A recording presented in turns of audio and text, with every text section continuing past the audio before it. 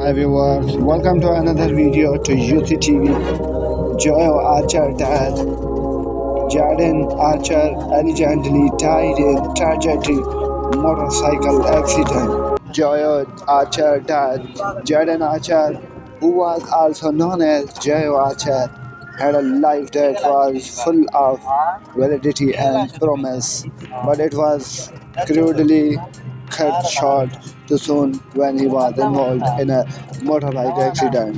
His past was characterized by an attenuation that was contagious and a love for life that left an indelible effect on everyone who had the opportunity of knowing him.